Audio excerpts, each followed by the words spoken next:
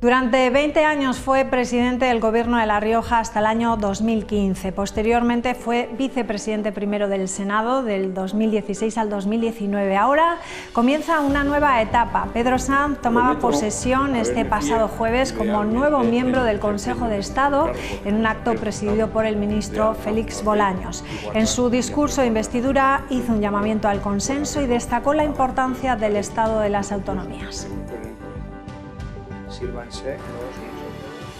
Tras 2 décadas como presidente de La Rioja y 3 años como vicepresidente del Senado, Pedro Sanz comienza una nueva etapa política en el Consejo de Estado. Supone para mí un honor, orgullo, la palabra que cada uno quiera expresar, de lo que es estar en una alta institución. Se trata del máximo órgano consultivo del Gobierno de España y está basado en la excelencia jurídica a la hora de emitir dictámenes, mociones o informes. Desde luego los objetivos que fija el Gobierno y también que fija la acción legislativa del Gobierno en las Cortes Generales, creo que es necesario para ese éxito que haya un asesoramiento que sea impecable técnicamente. La visión del Estado autonómico en el contexto nacional, pues yo creo que es una experiencia positiva desde lo que es el servicio público y lo que es la construcción del Estado autonómico. El riojano ha aprovechado la toma de posesión para hacer un llamamiento al consenso entre las fuerzas políticas. Para evitar que esta deriva nos lleve a enfrentamientos entre territorios y ciudadanos.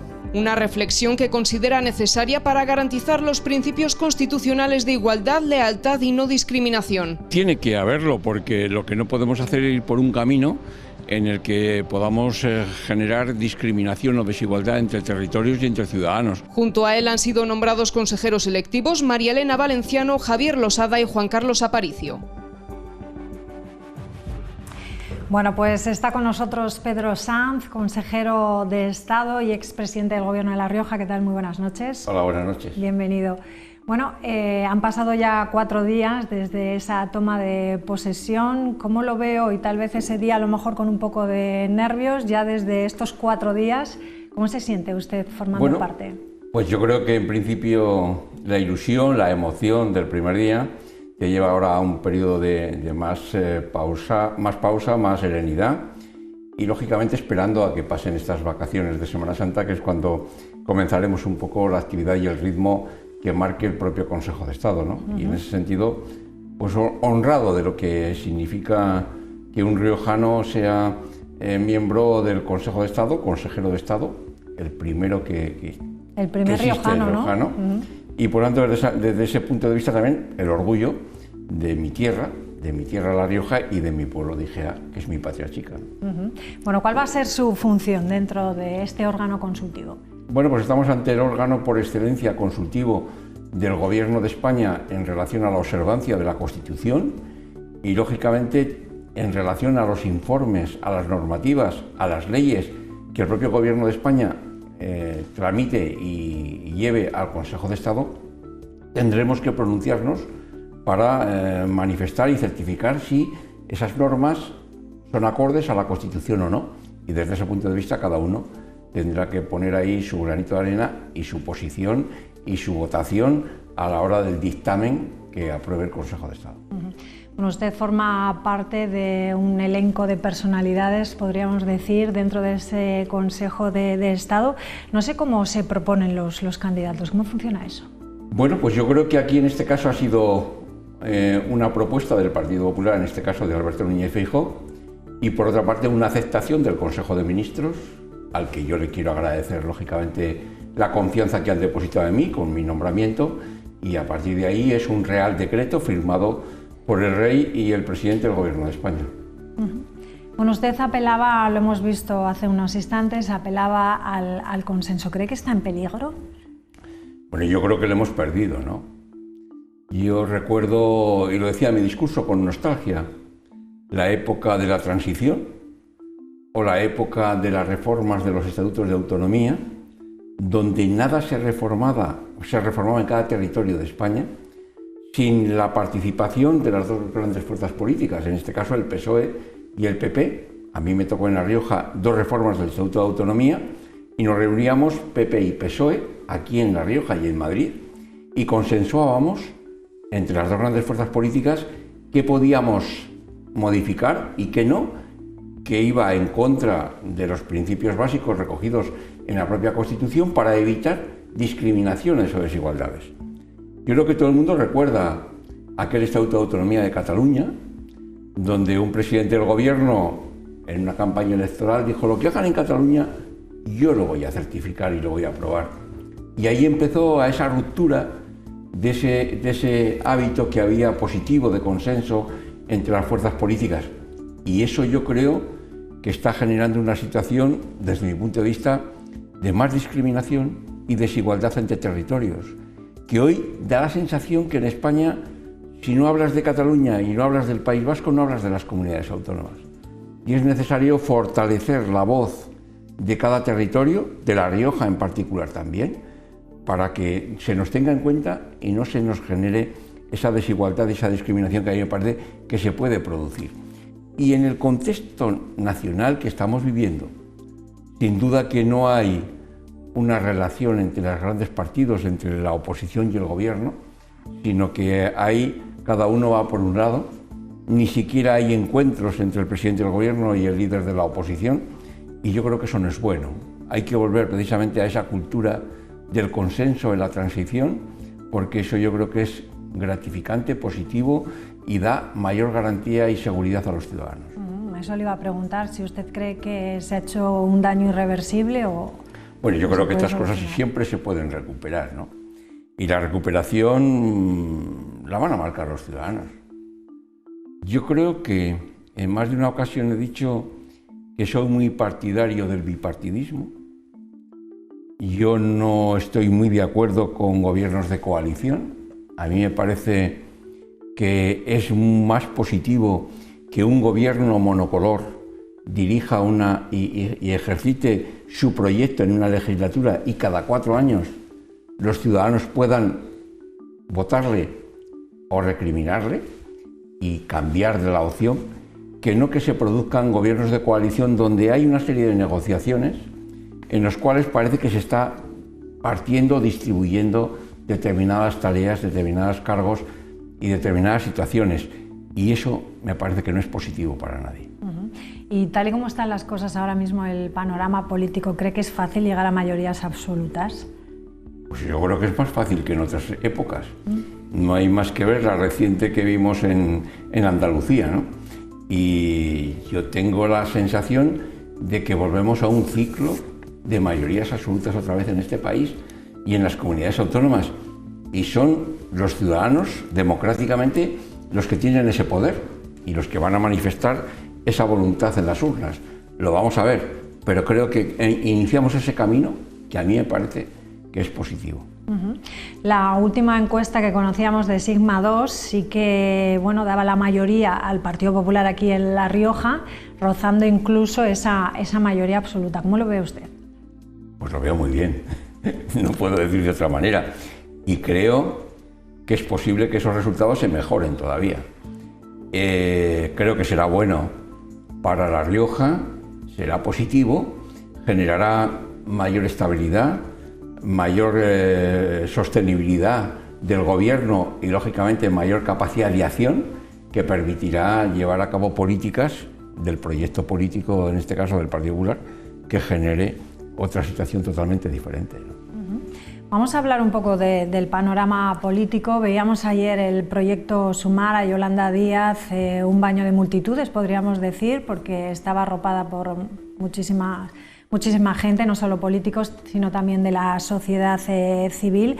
¿Qué le parece a usted este proyecto de Sumar, que parece ser que se ha presentado como la alternativa de izquierdas a Pedro Sánchez?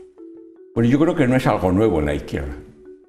Yo creo que en la izquierda, siempre que vienen unos procesos y unos ciclos electorales, aparece siempre un proyecto que parece que es nuevo, que parece que va a salvar el mundo. Yo recuerdo el 15M, famoso Podemos, que parecía que se comía a todos los partidos políticos y que al final vienen a ser lo mismo.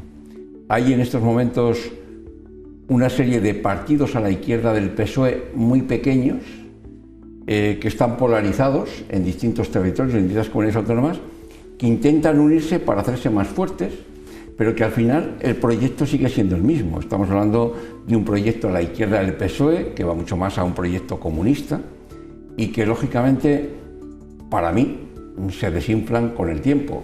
Y ya se desinfló el 15M y se ha desinflado Podemos, y yo creo que sumar va a ser más restar que sumar. ¿Y qué opina de, bueno, de esa, se ha oído, ¿no? Por ejemplo, a Pablo Iglesias, que decía que ellos tienen que decir, Sumar tiene que decir claramente si quiere estar con ellos. Yolanda Díaz ha dicho que no, que si ellos no han estado y estaban invitados, deberían ser ellos quienes debieran decir por qué no han estado.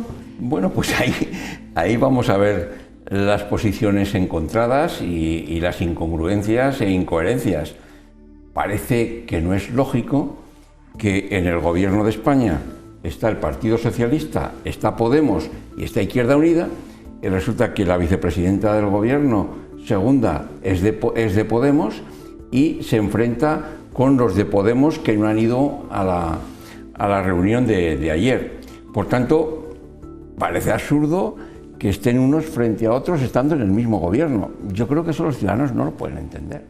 Y entonces ahí parece que hay más intereses que proyecto político, más intereses de querer estar que plantear un proyecto político que mejore la vida, en este caso, de los ciudadanos. Ahora que habla de Izquierda Unida, ¿qué va a pasar con Izquierda Unida aquí? Que parece que está esperando a que se firme ese acuerdo. Tienen hasta el próximo 13 de abril. Enar Moreno ha dejado claro que ella se va a presentar como candidata a la presidencia del gobierno, pero ese acuerdo no llega. Yo no les voy a ayudar a que lo hagan, ¿no? Pero me imagino que al final los propios intereses entre ellos llegarán a la firma y irán conjuntamente, porque si van de forma separada el problema es mucho más complejo, ¿no? Es más difícil.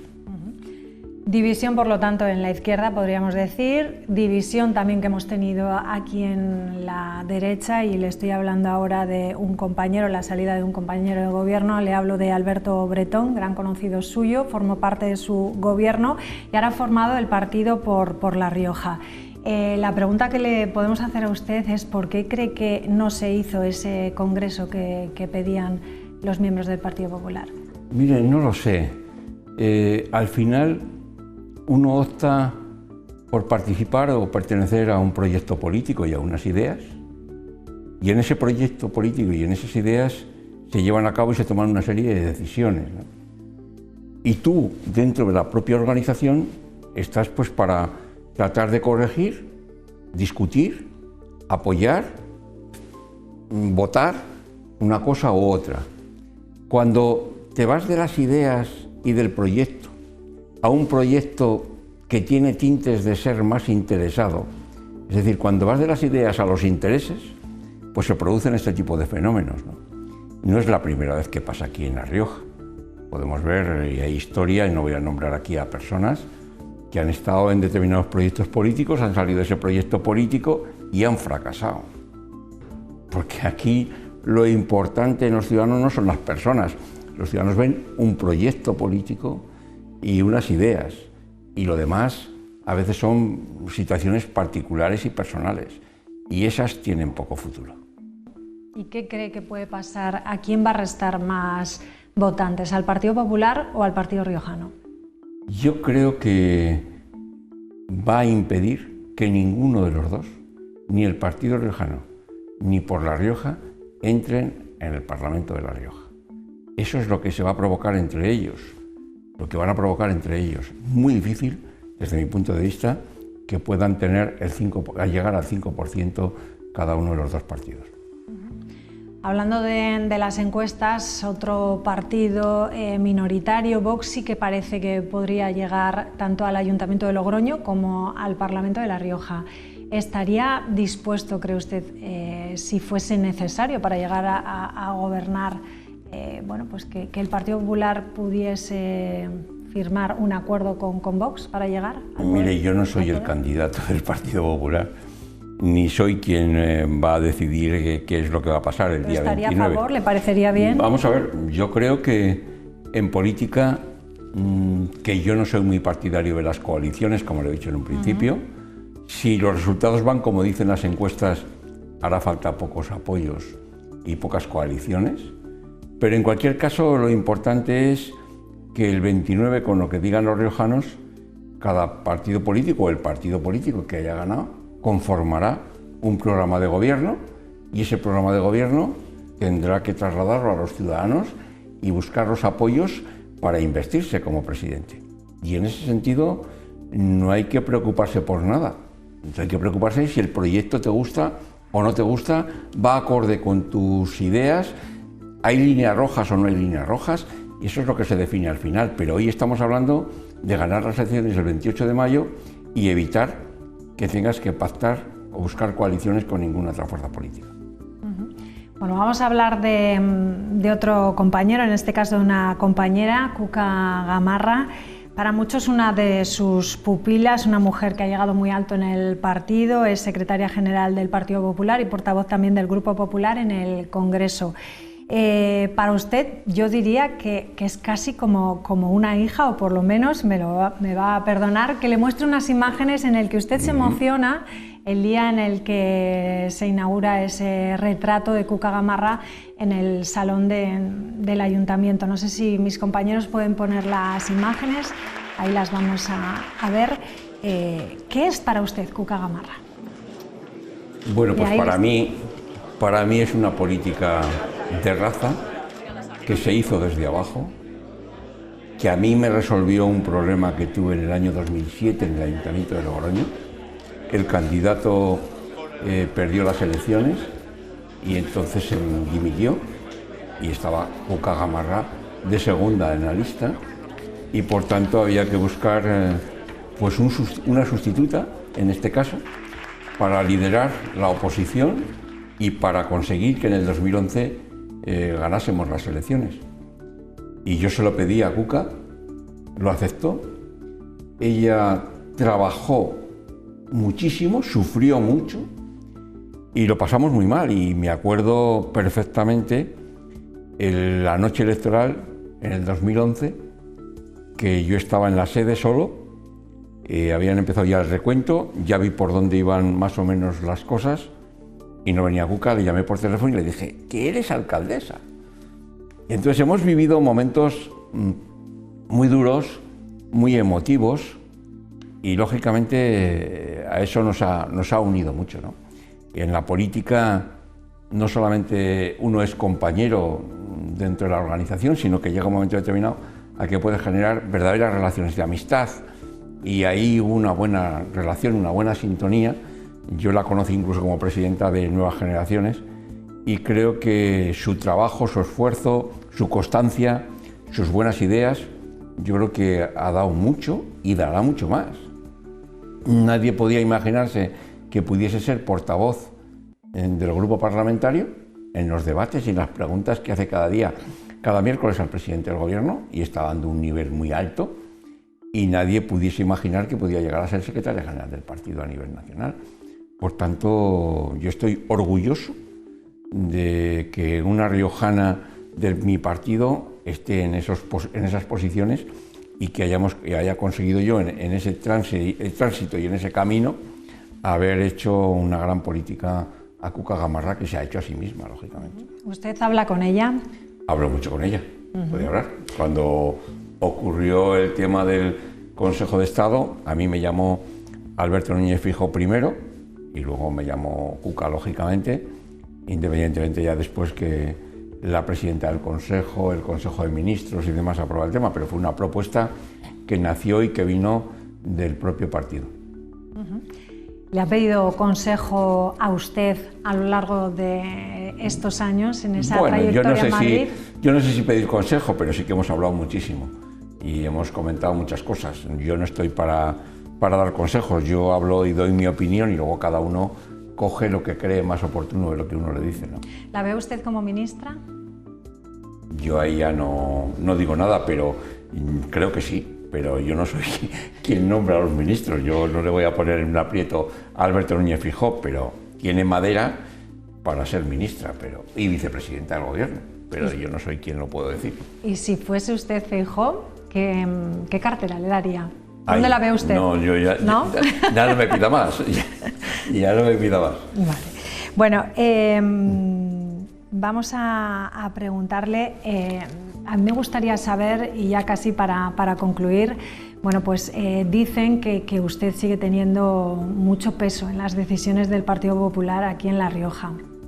Yo creo que las personas que están en el partido, que la inmensa mayoría han nacido y han estado conmigo en la acción política, en el gobierno o en el propio partido, son personas muy consolidadas, con un gran criterio y que lógicamente no necesitan que yo esté ahí de ninguna manera.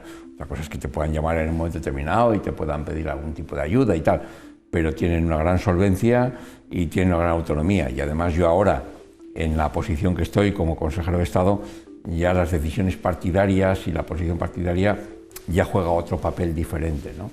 Y creo que tenemos un partido que se consolidará cada día más. Yo creo que Gonzalo Capellán terminará siendo presidente del partido en un congreso que se celebrará después de las elecciones, y el partido volverá a consolidarse y volverá a tener mayorías absolutas en esta comunidad autónoma como las tuvo en mi época.